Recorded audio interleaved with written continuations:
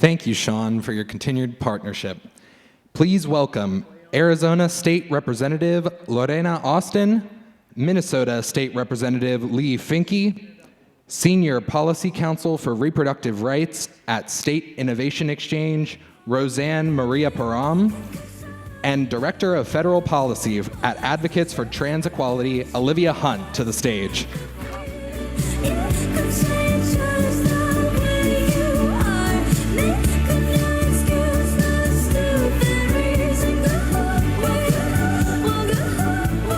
Hey everyone, I am Sean Meloy. I'm the Vice President of Political Programs at LGBTQ Victory Fund and a Senior Advisor to LGBTQ Victory Institute. We're here to have an amazing panel looking at what happened in 2024 and what's going to be happening in 2025. A little bit about myself before I introduce our amazing panelists. I've been at Victory since 2017. Leading the political program. Took a little leave to do what most people in this room have done and run for office. Sadly, was not successful, but learned a lot. But I previously served on Capitol Hill for Congressman Mike Doyle from my hometown of Pittsburgh. Worked for some consumer advocacy organizations, and then ran the DNC's LGBTQ program in 2016. Sadly, the last time this happened. But we are excited about all the work that Victory has done and the actual wins that happened this year. For those of you who don't know, 70% of the Victory Fund candidates won this year. That's going to be a net increase of at least 110. There's still some races out there. So we're going to be close to 1,400 total LGBTQ elected officials in the United States come 2025. And that's over 20 new state legislators, net new legislators, 48 new voices. We also elected a record amount of school board members. We are definitely advancing the cause. And anyone who says we don't have a chance, we should be left behind, obviously is not really looking at the facts. And so we're going to take some time looking at what got us here, but also how we can mitigate harm, how folks in this room can position themselves to mitigate that harm, and find the silver linings as well, because there's always some silver linings. I'll also just caution ahead of this, right? There's a lot of talk of a wave election, et cetera. If you look at the basic data that we have, which our council does not include voter data, we still don't have that. So we don't actually know what targeted folks came and did not come out to vote. And then also, if you look at the blue wall states and the totals, we're talking about a big college football stadium of the amount of people who decided this election between those three states. And so I know we don't like to hear that, but when so many folks are trying to litigate our lives based off of these election results, I think it's important that we counsel that. But I firstly want to introduce Representative Lorena Austin from Arizona. That's right. So Lorena is a former community college educator and the first Chicane non-binary person elected to any state legislature in the United States of America. They represent the residents of LD9 in West Mesa and Tempe, where their families lived for over 100 years. That's a big deal in Arizona. Huge, yeah. They currently sit on the State House Commerce and Appropriations Committees and serve as the Secretary of the Latino Caucus. In their first term, Lorena was steadfast in fighting for higher education and succeeded in passing a $40 million investment in the Arizona Promise program, which helps college students pay for tuition. Additionally, Representative Austin was a resounding voice in combating multiple anti-LGBTQ bills that were ultimately vetoed this session. So thank you so very much. Let's welcome Lorena.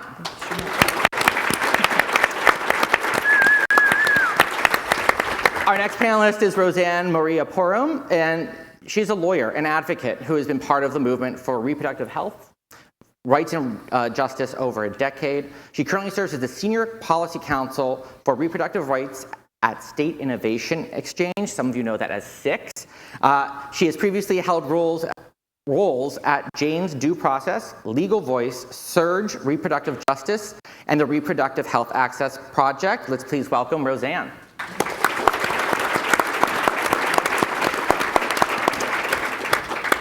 And Olivia Hunt is the Federal Policy Director at our partner Advocates for Trans Equality, A4TE. Some of you know that acronym. She works with national coalition partners and government officials to craft policies on issues affecting transgender people.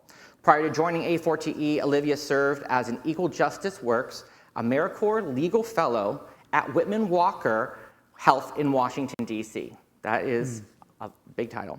And important work, where she oversaw their name and gender marker change programs serving transgender clients throughout D.C., Maryland, and Virginia. She has also worked in the fields of international election law, corporate law, and municipal law.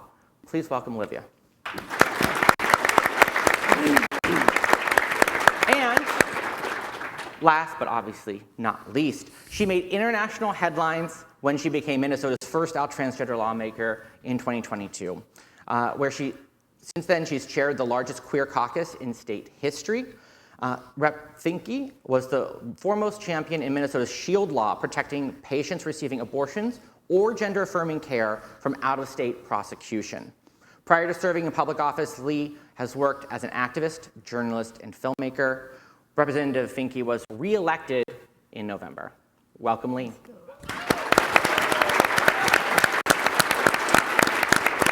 I know also that it was profiled that Congressman Robert Garcia was going to be joining us. I will say that, and those of you who are legislators know that this is a big faux pas, but they changed the legislative schedule this morning, last minute. Votes were supposed to be at 2, they're now at 4. And so obviously the congressman is not going to be able to join us, but I just wanted to flag that for everyone, and Lorena has stepped in to help share their voice. Some big fans, Lorena. You know, in a way, I'm still a little bit devastated about the results of the election. I don't know if anyone else in the room kind of feels that way at the top of the ticket. But Lorena, I'd like to start by reflecting a bit on the 2024 elections before we look forward. You know, the groups that were othered, I would say, not only included everyone in this room, but also immigrants, right? You're from a border swing state. What did you see happen, and what do you think actually had the most impact? Yeah, thank you so much, everyone, for having me here. Again, Representative Lorena Austin, so proud to serve the residents of my district in Arizona. Go Arizona. I think, yeah, everyone collectively, I don't know if you've done this yet, but I'm going to take a second real quick. Everyone just close your eyes for me, and we're going to take a deep breath together. Okay, cool? Ready?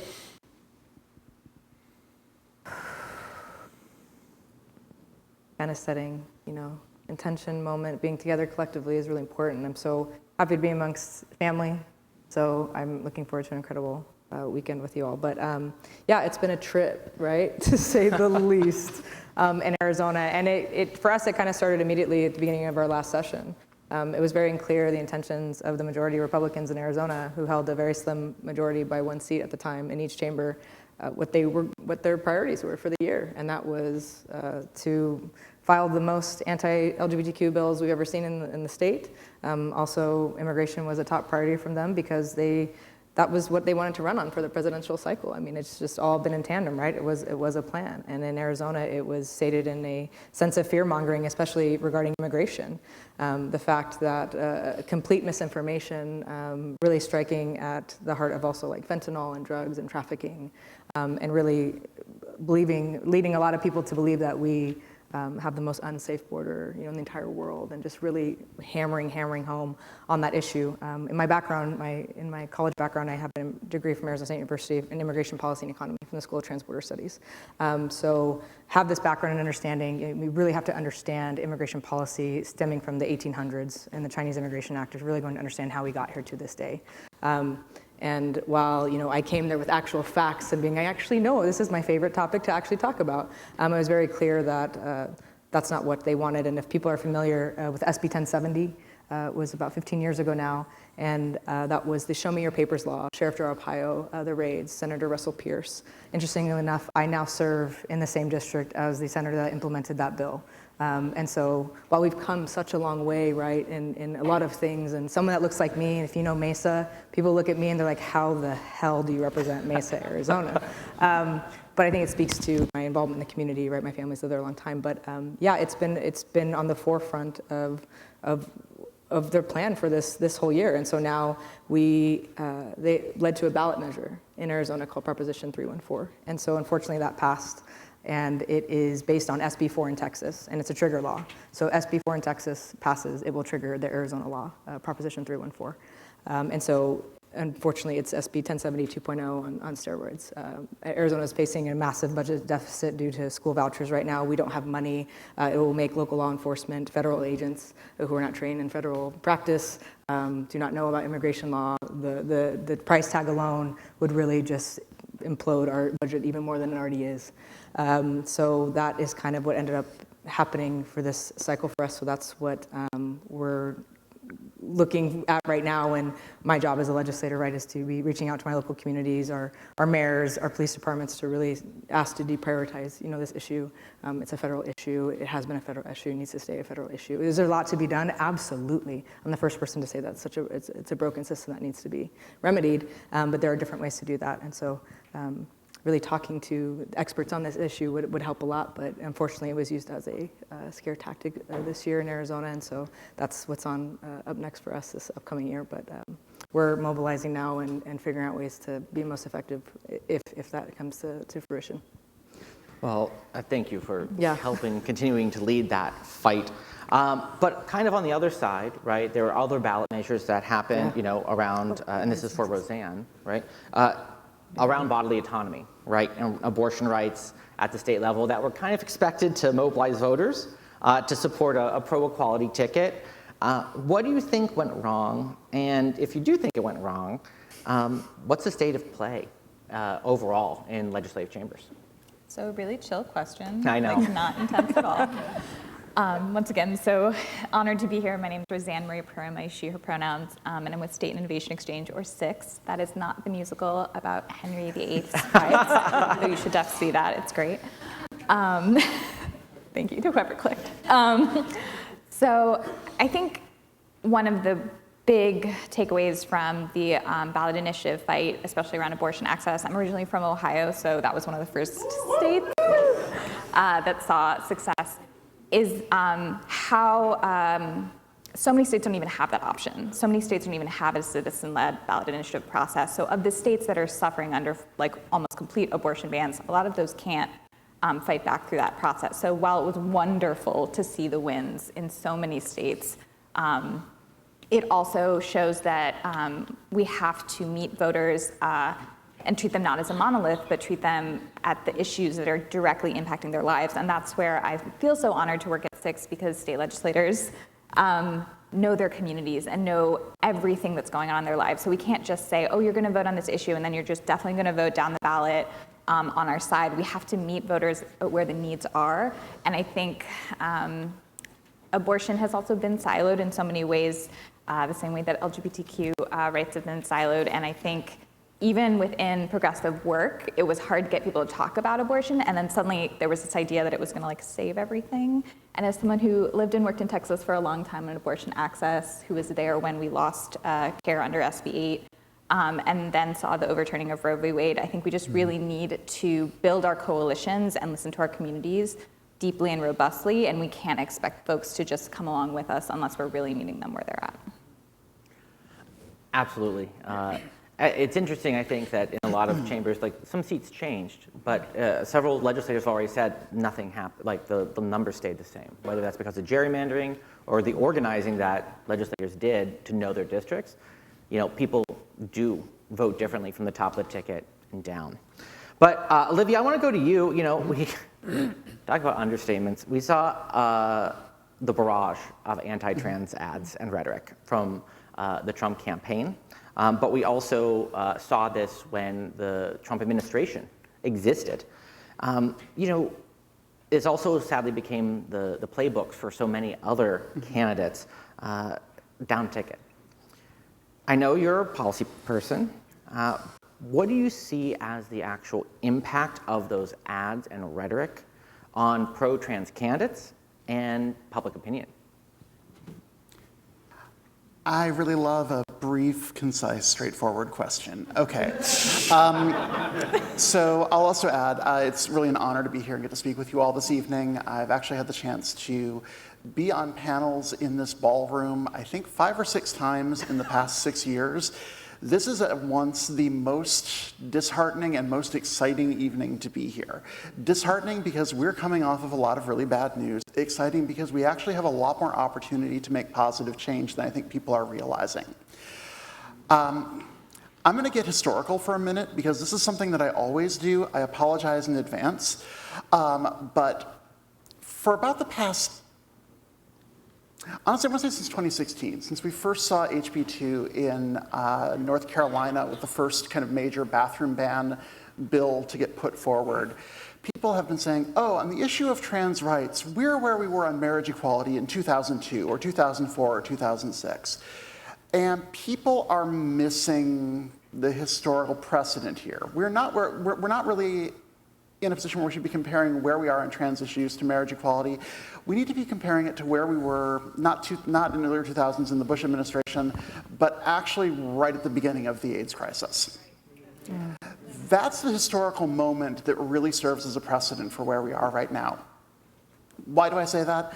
Because at the time, you look back to the 70s, and I will say this is a little bit before my time. I came of age in the early 90s, so a little bit of a different environment.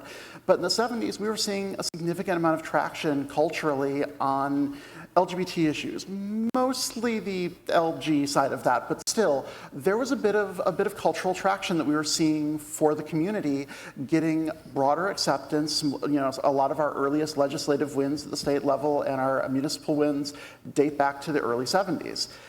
And what happened is we had a stumble moment. We had HIV become publicly known, the AIDS epidemic became publicly known, and advocates people who'd been allies to our community had a choice to make. And more than we'd like, they chose to distance themselves from the community. They decided, this is too scary, this is too strange, this is too controversial, I'm walking away.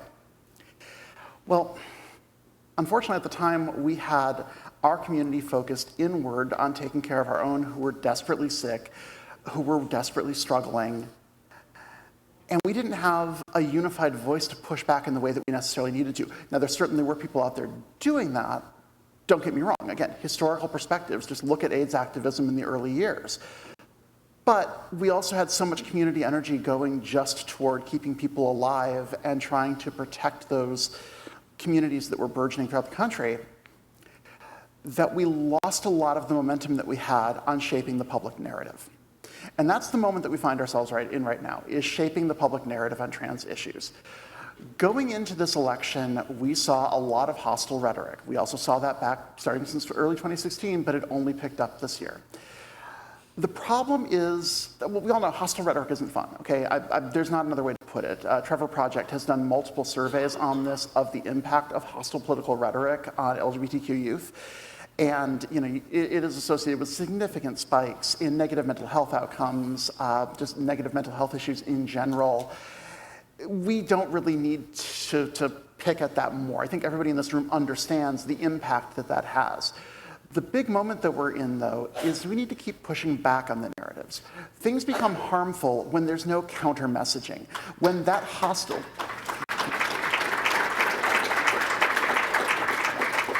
It's when that hostile and often completely counterfactual narrative gets thrown out into the public discourse and then it's met with resounding silence by allies and other advocates.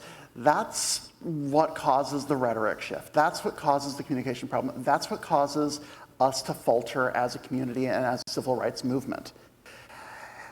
This is part of why all of the outreach that I wind up doing to members of Congress is about saying, no. I understand that you're limited in what you can do in the minority in this congressional hearing. I understand you're limited by what you can do by the rules of Congress. What I need you to do is don't just leave the negative thing hanging there. Challenge it. Because the other thing that we hear about is not just the negative impact that this rhetoric has on LGBTQ youth. We also hear frequently from families of trans youth in particular that one of the proudest moments for them, one of the moments that makes their children look forward to the future, is when they get to hear their elected officials actually stand up and say, no, no, that's not true, that's inaccurate, you are wrong, you are incorrect, you are misconstruing this, you are attacking a community, you are bullying children to score points, and I won't stand for it. And that's what we need right now. Absolutely, and I want to talk about that infrastructure and what we need to build to get that out in our 2025 portion. But I'd love to get to Leigh. You know, it's no secret you're close with Governor Tim Walz. Some of you may have heard of him. I think you were texting with him while we were at the convention. I remember that.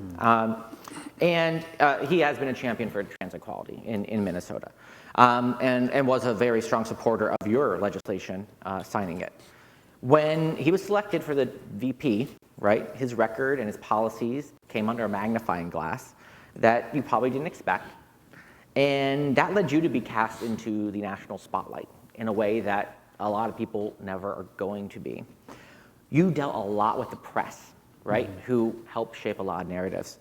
You know, in that media engagement, tell us about the competency on reporting on trans issues and lives. Sure.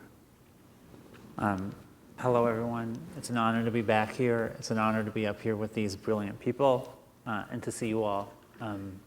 We continue to be extremely grateful to be able to do this work at all. So to keep coming back here is a great honor.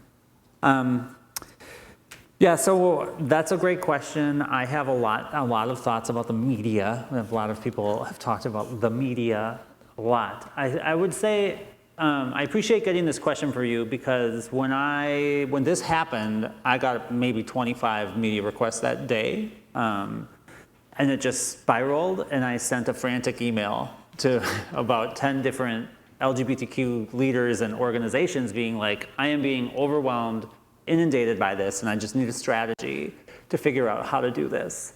A lot of those initial messages were people who were fact-checking. The first thing, because if you Google me, my response here is gonna have some ugly words in it. But if you Google me, you will see that I have legalized pedophilia, I have legalized gender mutilation and abuse and kidnapping. This is the narrative that has been built on the internet by the right-wing media apparatus about my work and my life. So there's a lot of fact checks that people were just showing up from all over the world, Australia and France and others, but also Politico and USA Today, and they were just like, tell me what your bill does, tell me what the Take Pride Act does, tell me what the Trans Refuge Law does, did you pass laws that do all of this hideous, monstrous behavior, which obviously we did not. And at first, there was kind of this fact check reality that came, and I was grateful for the opportunity because the governor had been such a tremendous ally, both to the community at large for the last several decades. I think everyone probably knows the Tim Walz story now. But to me personally, as I was in the legislature trying to fight for these bills and really being attacked constantly and with quite vicious opposition. But as that went, you know, that early sort of competent interest in what's the facts, what do the bills do, what does the language say, it kind of just got overwhelmed by bad or cheap or short-term takes on the legislation, right? That we pushed too hard or that we sort of didn't understand the consequences of what we were doing. And as this sort of narrative built out, and I found myself in a position where I was doing a lot of interviews in defense of Tim Walz and defense of our work, I started to see how this sort of shifted towards laziness, frankly, around what it means to do work to protect trans people, which is, for me, that's the only thing that I'm doing. I'm in politics only for that reason. I will leave politics when that no longer becomes the thing I'm able to do here.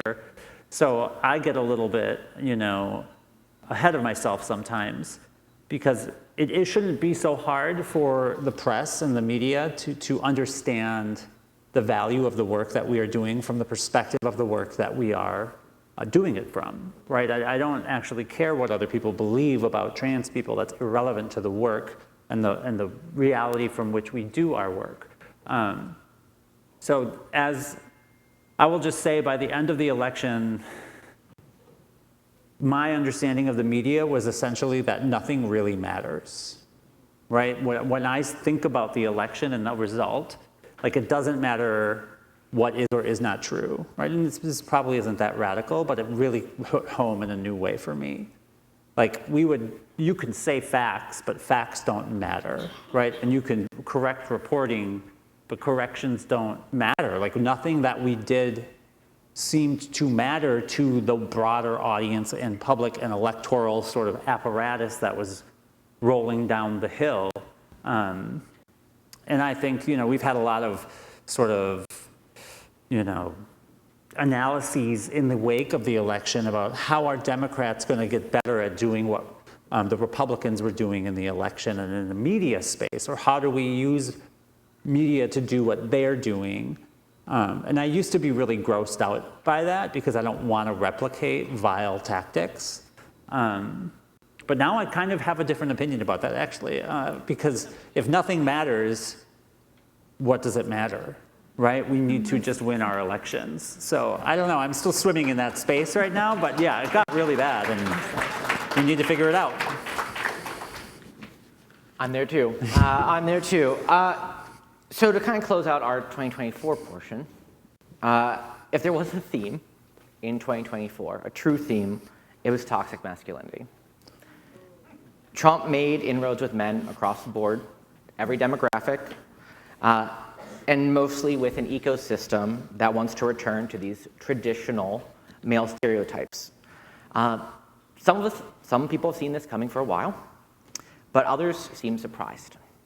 But what are your thoughts on the long-term repercussions of that? And do you have any thoughts on how the people in this room can start to address that? And whoever wants to go, I'd love to hear from all of you.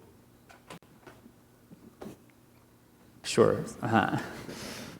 I mean, the long-term effects of this are going to be terrible, and they're absolutely terrifying. And I just have one anecdote for this, which is there was a man who I served with in the House. So we had a 2-vote majority when we had the trifecta in Minnesota, and we lost the trifecta. I think we're going to talk about this in a bit, but now we have a tie in the House, which is like we didn't lose the majority, but it's the only part of the Democrats lost down to a tie. And there is a member of the other party in the House. His name is Walter Hudson. He is, my mortal enemy at this point, a person of such vile opposition that I don't even know what to do with him. But after the election, he sort of did this little media, blitz, about how the era of masculine government has returned, right? That was like his headline in his press release. The era of masculine government is back. And I thought, one, you didn't win anything, right? Like, you have a tie. You're not going to suddenly do this. But, like, I find that, like, he is a man that really scares me. And for him to sort of find a new mode of masculinity that he wasn't embodying in his world of work previously is extremely alarming to me. And the idea that there are just these people all planted all around the country, right, all around the world, really, this sort of the era of masculine government has returned. Like, that's something that's really scary, and it's going to take a long time for us to reckon with it, to realize how that is going to not just look, but be able to unbuild that from a lot of the places that it's going to do. These guys are all going to lose, right? We're going to win. Liberation is inevitable. They can do a lot of harm in the meantime, and that piece is really, really concerning to me. Anyone else? Yeah, I think, when I think about the current time and space and place that we're in, I do agree with you, Representative Finke, that it's going to get, I think, worse before it gets better, and it takes certain events, right, in our histories. And I think of my parents who were very active in the Chicano movement in the Bay Area. My father, both parents have dedicated their lives, right, to the betterment, and they've seen progress in so many areas, but then harken back to the days where my mom tells me, her friends from high school were drafted for Vietnam and never came back, type thing. These different things that we have seen, the Red Scares. We've been here before in a sense, but this is just a different aspect, a different fight, right? It's something that we're really going to have to come to task, and I think that starts at the center of our communities. And I think and I really mean center, very local, and I know we have a lot of amazing national organizations that can even have best intentions and mean well, but also we have to be rooted in the people that have been doing this work for so long. Even in my own community, there's local organizations that have not been paid attention to, who do not get investments from the city or the state even, right? But continue to do this work day after day after day. And these are the people that we really need to uplift because they know their community the absolute best. Getting in front of them really, I think, for me, the reason why I think I have been able to succeed, and I didn't think I would, this far to be reelected. And I come from the most competitive district in the entire state of Arizona. There's nothing closer. It leans red. They counted us out every time, except they didn't recognize that a hometown kid who didn't just decide to care about the community, who always has, is going to show up and continue to do the work. And I know, when I say I know local businesses, I can name to you every single local business on Main Street right now. I can start from center and go all the way down to country. Like that's just because that is something, we had split tickets in my district. I had to go to people's houses and say, I'm voting for Trump, but I'm voting for you. I mean, my mouth could almost drop every single time. Okay. I'll take it. But the difference in what they said is you show up though. I see you at the school board meetings. I see you out and about in our community. You're at the food bank. You're doing this. This is my life. And so we need to tap into all the people who have made this their life as well, and they are out there. They are continuing to do this work, and we have to not be dependent sometimes on, I think, these big grand ideas or just ensuring or assuming that the money is going to come or that someone is going to come save us. No, we're going to save us. And so this is the group right here that is going to, right? Because what better people are equipped than the people in this room who have lived through hardships, who have had to always do more and then some, who have had to always be better, who have to always justify just being and living. So yeah, toxic masculinity is here. It's not going anywhere anytime soon, and I think it will get a bit worse before it gets better, but I think it's upon us to, and maybe I'm speaking to the choir, but I think we really need to hone in on the most local parts of our community. When I ran, even this past cycle, I got pushback from people in my party. I ran a Spanish language ad. They told me not to. It's not worth it because there's not enough voters, high vote propensity for people to do that. And Jeez. So even right within our own communities, sometimes people don't see your vision. They don't see what you see every day that you are on the ground doing, and it matters that you take that extra initiative. So I raised the money, on my own to get it done. And guess what? People came up to me and said, my first time, we have first-gen voters in my community, a 30% Latina population. They said, my abuelas, my tios, recognized you and saw you, and they knew who you were because you were speaking their language. All these other commercials pop up and say, I don't know who that is. ¿Qué es hombre? No sé. I've never seen it in my fucking life. So it's really important that you know your community the best, and you are going to be the leaders that are going to take our community to the progress where we need to be, to come back to that sense of real community, right? I mean, and everyone's got a lot going on, right? I mean, people are busy, they're at jobs, they don't get to come to the state legislature at noon when we're on the floor, arguing about these decisions. That's why I go live on social media.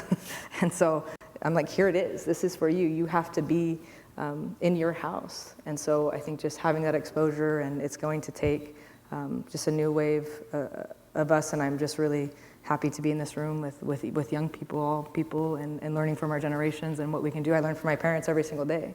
I learn from my grandmother, who was a farm worker, her grandfather was an organizer, and so it's these stories that are going to propel us to the next stage, but it's going to be rough, but I'm annoyingly optimistic all the time, so we're going to get there, but we need to listen to those who have done this work before and to teach the next generation of how to move forward. Absolutely. Olivia? So I don't know that I'm necessarily the best commentator on the subject of masculinity in general, since I took a pretty hard opt-out. But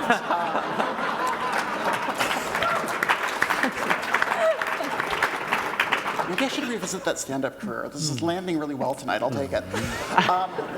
So part of my job, though, is always trying to look for the unlikely opportunities in difficult situations. And so I think clearly both named really well the dangers that we're sitting in right now. But I also look at it another way here, which is toxic masculinity is inherently unstable. You can never be masculine enough to be on top of the heap for that, and people are always going to be scrabbling for position against one another.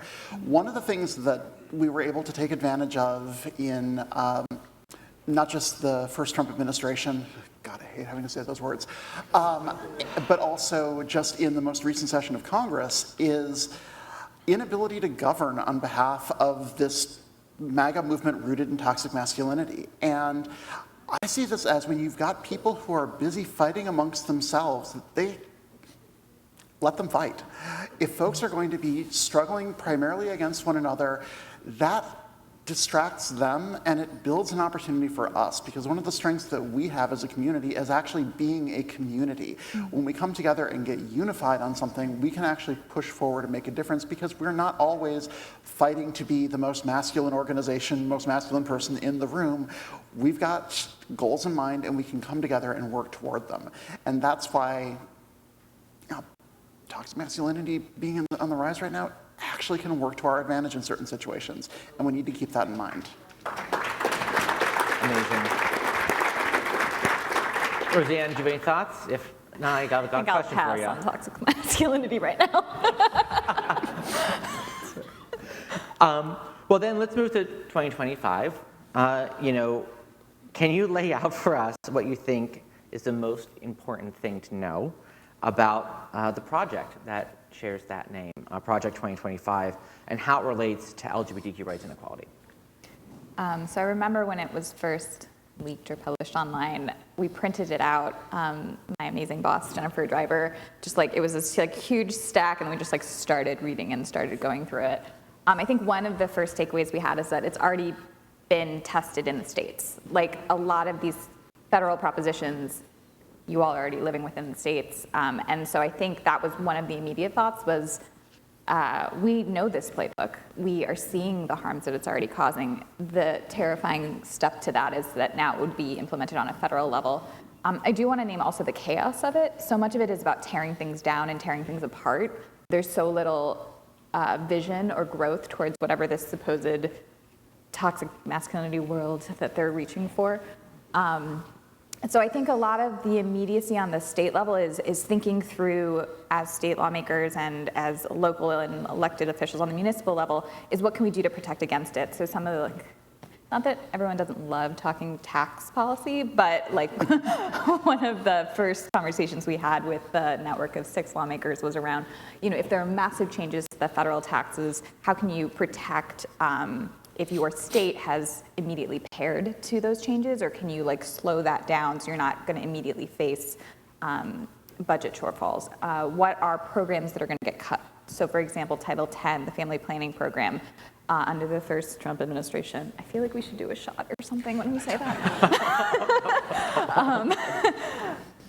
There was a domestic gag rule saying that if you participated in the Title X program, you couldn't refer clients or patients to anywhere that did abortion care. You couldn't even talk about abortion care. And a third of Title X grantees pulled out of the program. The Project 2025 expands upon that, even talks about defunding Title X. And so states are immediately thinking, what can we do to protect family planning? And I think for LGBTQ folks, the 500 plus bills filed in 2023 and 2024 already are a lot of what's in Project 2025, but with the power of the federal government behind it. So a lot of the protections, a lot of the legal fights that are being carried out by the Department of Justice would immediately slow down or go away or be flipped. But these are things we did experience and see in the first administration. So I think it's just important to follow the lead of folks on the ground in the states where this is already happening. They are living through it and they're protecting their communities as best they can. And they have a lot of innovative ideas. I was in Texas during the 2021 legislative session when a lot of bills started picking up speed. And I think one takeaway was we're not going to sit through these hateful committee sessions and just hear hate spewed at our community. So instead, there were rallies. There was a view of the media. Okay, if this is going to get covered, we're not just going to have them come sit in the room and listen to all this garbage. We're going to go out front. We're going to have a beautiful protest. We're going to dance in the streets. We're going to show people that what's happening in this state house is not representative of what people in Texas actually want. So I think that's what I'm looking forward to with the pushback against Project 2025 is that we don't have to accept playing on their terms, and we can really be creative and innovative with how we push back. Absolutely. And Olivia, we know that trans people are specifically targeted in Project 2025, and we clearly saw that in the rhetoric of Donald Trump. Can you expand on what Rosann talked about specifically as it relates to trans attacks and rights, and maybe even throw in the potential impact of the Supreme Court case that was historically argued yesterday? Yeah. So, and actually my voice, I'm kind of struggling today because I was out yelling at the court at the rally starting at about 8 o'clock yesterday morning, and I'm still struggling a little bit here. So I actually had a similar reaction as you did when Project 2025 first got leaked, where it was just like, oh, okay, there's not actually anything new here. This is the stuff that we already knew about, just all pulled together in one place. That's, okay, again, being weirdly optimistic at times, but it's actually kind of reassuring. That's like, oh, okay, they're not actually getting creative. This is literally just the playbook that we know so well and the talking points that we've heard in various forms for 45 years. Going through, I actually was on medical leave for a good chunk of the summer and early fall. I came back right before the election, which was super exciting. I actually was sitting there recovering and reading through all of the pontificating about Project 2025 and what it meant, and people were just like, oh, if you take this part here, you combine it with this part here, one weird trick where they're going to ban queer people forever, or things like that. And it's like, no, you got to take it at face value. You just got to take a look at the proposals that we already know are coming, because that's exactly what's listed here. They're just framing it in ways that you don't want to acknowledge, you don't want to engage with. What are the attacks that we're looking at? They're the same ones that we've been seeing against trans people in particular for pretty much forever in different forms. It's attempts to try to exclude us from civil society. How does that work? Well, they phrase it in weird ways, but what they mean is trying to bring back versions of the old cross-dressing laws, which were fun. We already saw a variation of that come through with the attempts at drag bans, none of which landed quite the way people thought they. Never mind, that is an entirely different rant. But also attacks on access to accurate identity documents. We're seeing that with all of the discussion of definition of sex laws, trying to make it difficult for people to present an ID wherever they go. We can expect to see that at the federal level, potentially, not just executive orders on Social Security and passports, things like that, but also potentially rulemaking around the Real ID Act to try to force states to comply with a federal mandate on how to define gender markers on state IDs, things like that. We're also going to probably be seeing attacks on access to healthcare, not just for youth, but for adults. Obviously, we had the Scrimeti hearing, oral arguments yesterday. Was it just yesterday? Yeah. Yeah, just yesterday. Sorry, it's been a very long week. And we don't know for sure what's going to come out of that one. Everybody who tells you they know exactly what the Supreme Court is going to say and when they're going to say it is lying right now, because we're all still picking through the oral arguments and trying to read the tea leaves around them. That said, regardless of what comes out of that, we can expect to see all sorts of regulatory attacks on access to care, attempting to restrict access to puberty-pausing medication, attempting to restrict access further to testosterone, which is already more difficult to obtain than estrogen because it is a Schedule III drug. Sorry, I'm not the healthcare expert on our team. I can never remember exactly which level it is. Regardless, trying to make it harder to get the medication that a lot of trans people use as part of their medical transitions. Trying to restrict access in schools, basically trying to push people out of being able to be themselves in schools. We already saw the Don't Say Gay or Trans laws go through. We've seen curriculum bans. We've seen the so-called Parental Bill of Rights, or Which Parents' Bill of Rights, as I prefer to think of them.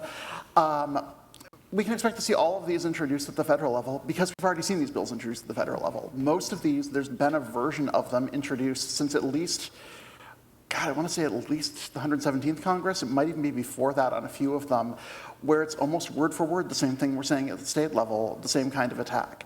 So I don't know where I'm going with this other than to say, yeah, it's the state attacks. We expect to see them federally. What do we do next to try to counter that? Well, we try to take advantage of that inability to govern, that constant infighting that we're seeing, because we're going to see razor-thin margins in both chambers of Congress. We are not going to see an overwhelming supermajority that can push through whatever they want. We're going to see a couple people at the margins who are going to be a little bit wary because they think maybe this isn't the best use of Congress's time, or because they happen to have a trans cousin or something like that. It's going to be a constant fight by the people who are trying to push anti-trans bills just to get them through. That gives us a lot of room to work with people, try to get the narrative changed, try to push back, and try to slow things down. We also have the advantages of, again, looking for opportunities in weird places, but we have the advantage that Chevron deference is gone. They basically took a tool out of the administrative agency's toolbox to enforce their will on the states. Now, what can we expect to come out of the federal courts if we challenge it? These federal courts, I'm not super sanguine about getting good results each time, but each time we do that, we can slow things down. Each time we throw an obstacle in the way of a hostile policy, we are making it so one more trans kid gets to grow up to be a trans adult and have a voice that actually will get listened to in society, hopefully. And, you know, sometimes we have to define our wins that way, which is every time we slow things down, we're making life better for at least one person. And that's what progress comes together out of cumulatively. Thank you. Yes, absolutely. Leigh, you know, you're in that unique position we've kind of alluded to already, that you were in a blue trifecta. That's going away. That's true of a bunch of folks in this room, right? They're going into the minority. But you moved some great stuff in while you were there. How are you going to protect some of those gains you made? Yeah, I mean, that will be the game for a lot of states now, including Minnesota. We have this 2-year window where we think, okay, well, hopefully we'll get, you know, our majority back, and hopefully some of the other majorities will come back in these midterm elections, right? But in the meantime, we have to hold. We have a working group in Minnesota of legislators who are doing a sort of pre-Trump gaming out what we think will or will not be coming from him and from other people in the state, and how these lawsuits are all going to work out. The Attorney General, Keith Ellison in Minnesota, but all of the blue state attorney generals, you know, they've been meeting to talk about this since February. Attorney generals are very practical. So at least ours was not surprised by this. We are going to be able to do what we can. We have 5/6 of the government still in the state of Minnesota. And so I think that we'll be able to hold. I think what's going to be more important about in that 2-year time is going to be making sure that we are coordinating collectively, we are working together across states, right? Like a lot of, like what Olivia said here was brilliant and genius and exactly right, and it was federal, right? So at the same time, we're going to see the next phase of state laws, right, that are going to come. And we're starting to see those with the pre-files. We're starting to see a little bit of what's coming. And in a lot of states, those are just going to pass. We are mostly state and local electeds in the room, I believe. You know, so for me, when I think about the fight that's coming and how we're going to protect people, I think about the people who email me, or people who send me DMs, right? Who don't have a sort of overarching kind of perspective on what it means to go into Trump 2.0. They are just scared out of their fucking minds, right? And so I try really hard to ground myself in the reality that we need to collaborate, we need to coordinate, we know everything that we can do. I mean, I just had a conversation this morning where I was talking about how a 3-vote majority in the House of Representatives is nothing, right? And these people hate each other. They get in fights on the floor, like fist fights, right? Like you can gum that up, and we will, but that's not necessarily where our fights are going to be. Ours are going to be in our home states with our local communities, like Representative Austin was talking about, building power together, building power with the reproductive justice movement and with the racial justice movement, and making sure that we are rooted together to protect people who are really, really, really scared. And that is sort of where I always try to keep my focus when it comes to protecting what we have won. Because they don't really care if we're going to win the majority back or not in 2 years. They want to know what's going to happen to their kid right now who is in school and is scared. And I think that we're well equipped. We're well equipped to be able to play defense in a lot of the blue states because we have our attorneys general still, for the most part. And that's where a lot of the front line is going to be. We have what we need to do to be able to block any, hopefully, knock on wood, budget negotiation that could be trading bad for worse, right? I mean, we are trying to make sure we understand we won't trade policy for a budget next year, and we'll see how that goes. We have to hold that line. But really, we need to make sure, in my opinion, that we are looking to our constituents and making sure that they see that there is hope and there is a future. And, like Olivia was saying, one of the things that gives me hope is that a cult can't have two leaders, right? Like, how long are these two guys going to be able to work together before they just take each other down, right? Like, there is real reason that they will be bad at this. But in the meantime, people need to be protected. And if I can jump in with a resource. Yeah. We love a resource. So SIX has, in the past several years, been working very closely with a lot of groups here in this room to build a database of LGBTQ laws and also strategies and tactics. So both for bad things that are being introduced, how to slow them down through committee, testimony, amendment ideas, but also progressive ideas, including things like integrating gender affirming care into shield laws, which states have already done, but many states could do. And so I'm shouting at my colleagues, Ida and Hudson, who were sort of the pushers of this, but it's available to all lawmakers. So please find me after. I have cards. I'd love to make sure that you all have access to that. And we're working closely with lots of state advocates to make sure it's constantly being updated. Amazing. Thank you. Want to keep it going. In this election, LGBTQ voters, along with only one other demographic group, voted in higher numbers for Kamala Harris than they did for Joe Biden. Black women and LGBTQ voters voted at higher levels. Everyone else went the other way. But as a DNC member, I'm a DNC member, I've already seen talk of moving away about talking about our issues, particularly trans issues. What is your level of concern around that backing away? And what do we do to ensure it doesn't happen? And I'd love to start with you. Yeah, I think it kind of speaks to, kind of along the lines of the last question of what's going to be happening in Arizona. Again, we've seen the same bills. It will be the same bills that come through. Arizona's the Wild West. We have a really unique vantage point that we have a Democratic governor, we have a Democratic Secretary of State, and a Democratic Attorney General, who is queer, by the way, too, our Attorney General, Chris Mays. And so, but also just moving forward with the not idea, but just understanding that we don't pick and choose within our group of who we're going to support. It's not just the LG and the B and no T. Absolutely not. Unapologetically, absolutely not. And it will not change from my vantage point, and that's something that we're super committed to. So while we have, anti-pronoun bills, I'm dropping a pronoun bill, right? That should be protected. That is not going to stop. Keeping it front-facing. But also, if you want to talk about economically in Arizona, we're experiencing a tech boom, right now. Weirdly enough, if you didn't know, but we're having major corporations come to Arizona, even in Mesa, where I serve. But reminding them, and in Arizona, if you've been paying attention, the Freedom Caucus of Arizona was attacking the Commerce Authority, this past year. You know who saved the Commerce Authority? And people would be, who? The Democrats. Saved the Commerce Authority this year in the state of Arizona, right? So if you want to put it in those terms economically, but I say that because talking also to these big corporations, and we're also unfortunately starting to see corporations also stray away, right, and not being as supportive. We saw that these past few weeks.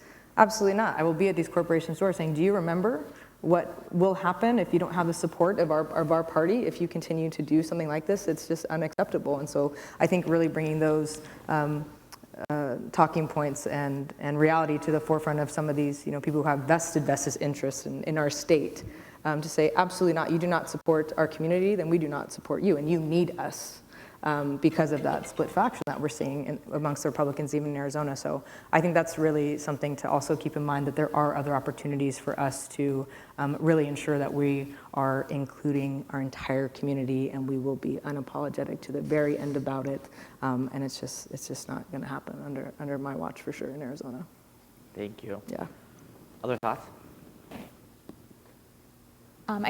One thing that I think a lot about with like stigma because of experiences from in abortion care, I worked a lot with minors and people got very nervous when you talk about anyone under the age of 18 and sex. They're like, oh, never. And then they get pregnant? Oh no.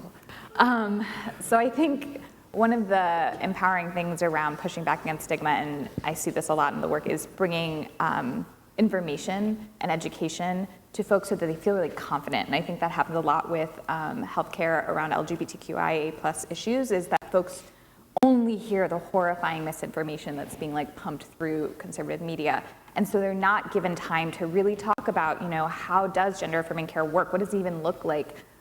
Learning, you know, the facts and feeling confident in that is something that SIX really strives to do. And so an example of this is, once again, my amazing colleague Hudson in North Carolina brought together state lawmakers and then also healthcare providers for a closed room meeting, 2 hours, to just really talk about gender affirming care in the state and also like what that care looks like. So folks could really talk about it, get comfortable with language, really feel confident.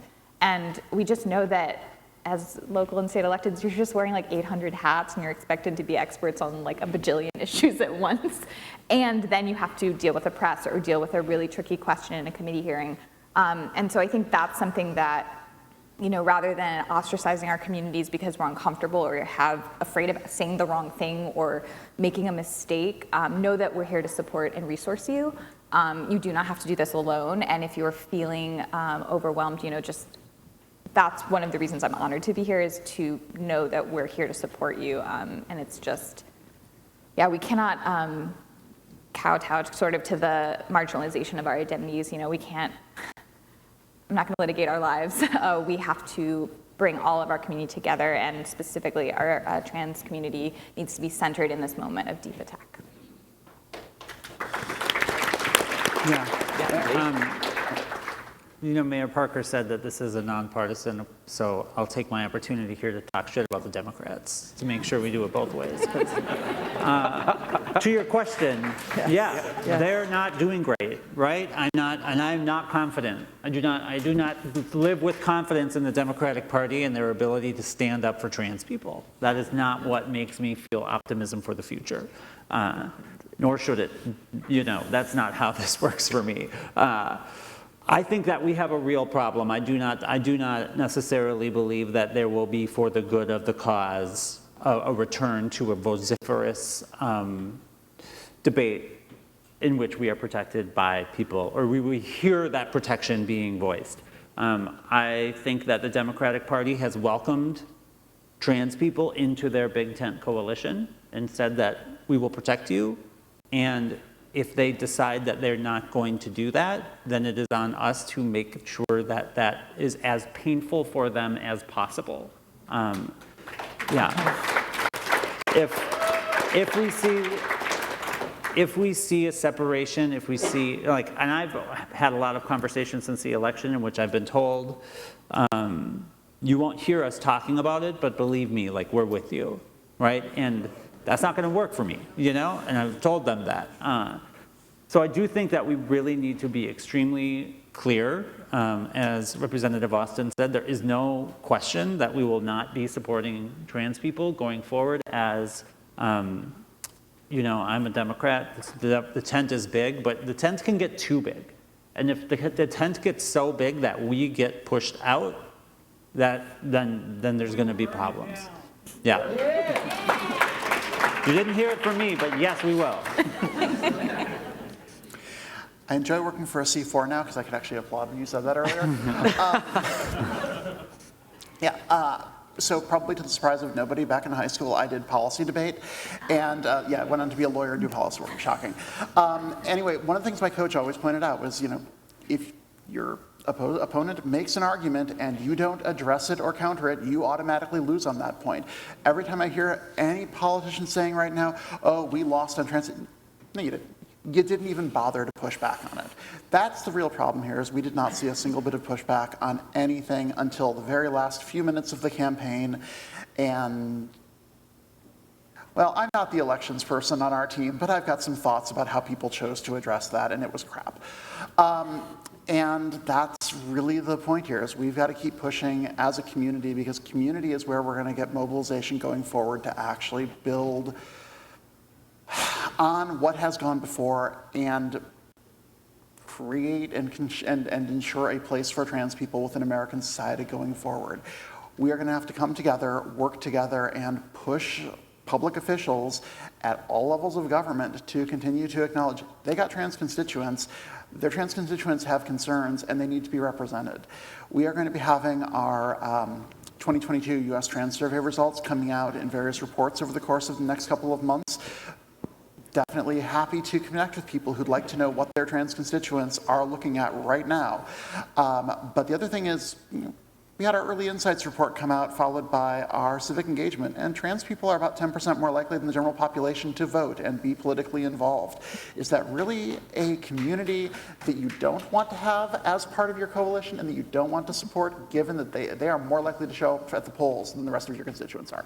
Can I add on to something too? Of course. Something I think too, young people, okay, the next generation, they're so badass. I work with them, I used to work in colleges, but they're unapologetic. And they are not interested in, they are future voters, they are our future. They're not interested in a party's inability to really care about them, right, and their communities. So they are coming. And it might be a different party. I mean, I don't know, but I am telling you that they are going to, I think, make massive change, whether we want that or not, or whether we think it's right the way they do it or not. We have to listen to them. And this next generation too what is the percentage? So much more likely to identify, right, as LGBTQ plus. And so I think we need to be mindful of that and listen, because change is coming regardless, and they're not interested in our, oh, we didn't know, because we do. They're not interested, and they're interested in actual change. And they want to see it. Yeah, I think, please clap. I think a recent survey showed that 3% of high schoolers identify as trans or non-binary, right? And so, to your point, they're going to be voting. LGBTQ people always vote at a higher level, right? I wonder why. Our rights are on the ballot, our lives are on the ballot. But also, to kind of getting to this, victory is all about representation, right? We saw some of the bad responses. We saw the non-responses. How much of this is about a lack of a trans perspective in the decision rooms, in campaign management, in the consulting class? How much of this is about that? And Victory is obviously working to help fix that, but other thoughts on or favorable things that you've seen that can help make sure that those things actually happen? Well, that's really the problem that we see throughout most of LGBTQ political history, is that until we're actually present in the room and engaged in the conversations and being seen doing the work, we're treated as an abstract that exists in a vacuum and that can be theorized about. We saw pivots over the course of the AIDS crisis and moving into the fights over marriage equality for LGBT folks being seen more as active people who are part of society. And we're only just over the past couple of years starting to see trans people being viewed and being talked about in the same way. And promoting and encouraging trans people to be visible and active members of the community is one of the most powerful things that we can do going forward. Because trans people are not an abstract that exists in some completely empty room to be talked about as a policy proposal. We exist in all walks of life. When I was at the Scrimati rally yesterday outside the Supreme Court, I talked with trans people who are lawyers, obviously. I talked with trans folks who are librarians. I talked with a trans person who runs a comic book shop in Northern Virginia. I talked with one who does web design, which is probably the most stereotypical of the entire bunch. I talked with a trans person who is a minister. I talked with a trans person who's a rabbi. I talked with a trans person who's a seminary student. We're everywhere within American society and always have been.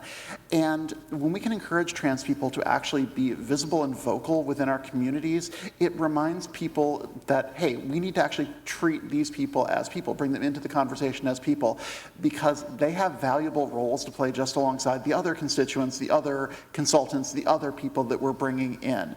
And so having a trans person involved in the conversation and actually listening to them, which is unfortunately always the point I have to remind people, is you actually have to involve them and listen to them about what they're saying about trans issues, but also about general issues, about all political issues, because trans people have the unfortunate issue of also being people.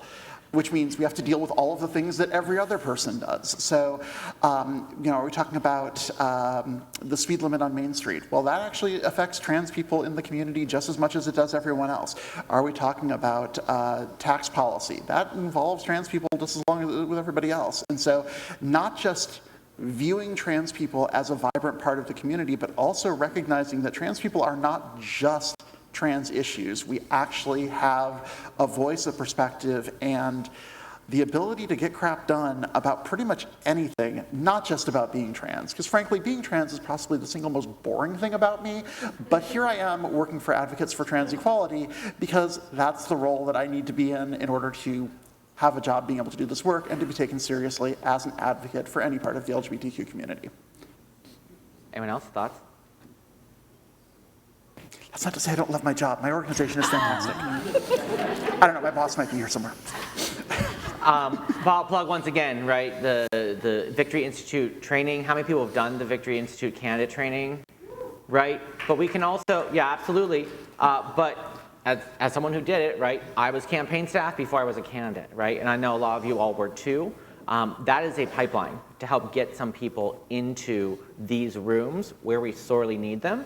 And I think that that's also a conversation about who's making those decisions as well and making sure that our community is fully represented there as we try to do so in all these chambers across the country. So we're running a little low on time. I want to mention a little bit about the attacks against Sarah McBride and how she navigated those. Happened a little quicker, right? I mean, she's not even in there yet and they already came for her. But try to wrap that into your statements, and maybe she is a silver lining. But close us out, if you could all. Give us what gives you hope in 2025, and any silver linings that you've found so far. And Lorena, we can start with you. My silver lining was I made it back to the legislature. I got reelected. That was great. And that means things like I get to be so unapologetic, nothing to lose in Arizona at all. We lost a few seats. But that also means I get to have the second annual LGBTQ Youth Pride Day at the Capitol. It's never happened before. I get to continue to, I went viral last year for hosting a drag show at the Arizona State Capitol, and everyone asked for my expulsion, and everyone, raised hell, but it allows me to represent our community. And I got to go into the speaker's office who just railed me on Twitter and say, regardless of what you think or not, we exist. And we exist so much that I was a top vote getter in my district. And they knew, in a conservative space and place, right? So you cannot erase us. We're here, not going anywhere. I'm really, really inspired. Again, I'm just inspired by young people. I'm inspired by their ability to message to one another and to really show up for one another. Silver lining. I think there's a lot to look forward to. I do think because of what's happened, we're going to see more people become involved and active because we have to. Things are going to happen that are going to immediately impact their life, right? It's going to be right in front of them. They can't hide from it. And so we are going to see, I think, a strong mobilization of new people come forward, a new generation. I know it's coming in Arizona, so I will just continue to show up every single day. My grandmother was a farm worker. She was the oldest of 7 kids. She was born in a boxcar in Manhattan, Kansas. She didn't get to see me be elected into the legislature, but I take what she taught me every single day into that floor, and her picture sits on my desk. And so that is my hope, to know that, I've had people reach out to me and, young people, parents alike, saying thank you so much because, my son or daughter voted for the first time and they didn't even know that they had someone like you to vote for. And so I hope that inspires them to continue to know that they belong there, and I'll just continue to be that person that will allow them to come and see where they belong every single day. And so I know that everyone in this room is going to continue to do the same. So we can't stop, won't stop. Amazing.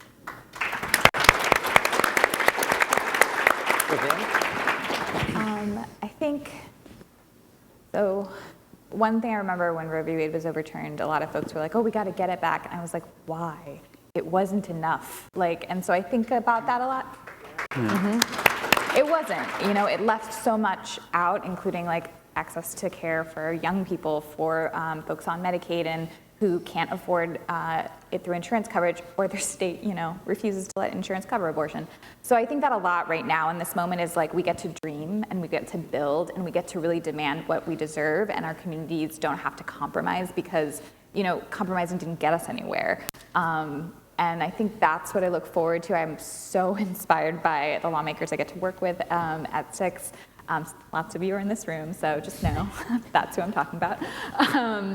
Because they're visioning what a future looks like that really includes all of us and isn't compromising on our identities or futures or dreams or families.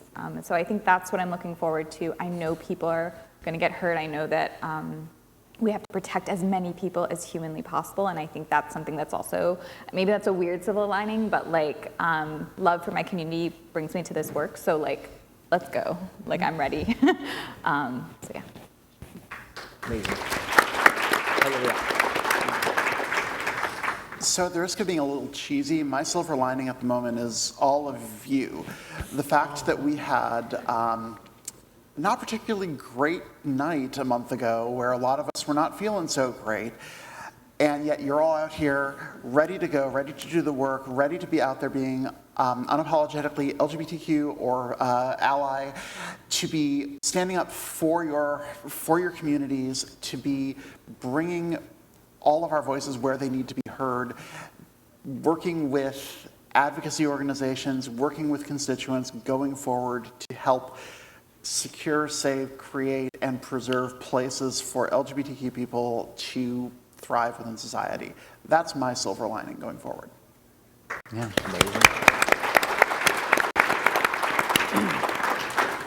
Amazing. What gives me hope is trans people, very specifically. I love being trans so much. Some days I can't even believe how lucky and grateful I am to be alive and trans.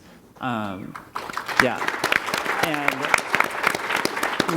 we passed this trans refuge bill in Minnesota, and people came to Minnesota, right? And we have a lot of trans people in the Twin Cities now. Some of my friends refer to us as Minneapolis is the trans capital of America, which I have no idea whether that's true or not, but we love it, and we're making the city so trans.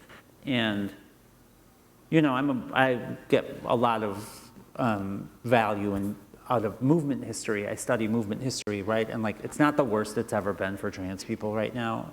It's not like trans people they will not eradicate us. That's not a thing, right? Like, that may be the goal, but it's not a thing that can happen, right? We are a part of the human experience, and we are a singular one, and we are one that is worth preserving and fighting for, and everybody that's here and everybody that's around the communities that we are building, like, sees that and believes that, right? And it is the moment when we need to rally trans people, and people are responding, and that gives me just an immense amount of hope. Amazing. Well, I think we all need hope. I think you've all given us a lot of hope. I know I feel better about what's going to happen. And I know that every single one of the LGBTQ elected officials, the advocates, they're changing hearts and minds, slowly but surely, and that is so key to our success. So I just want to thank all of our panelists for having this amazing conversation. Let's give them a round of applause.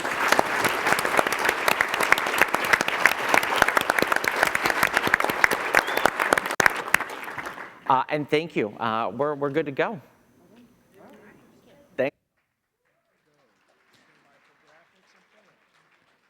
Thanks to our amazing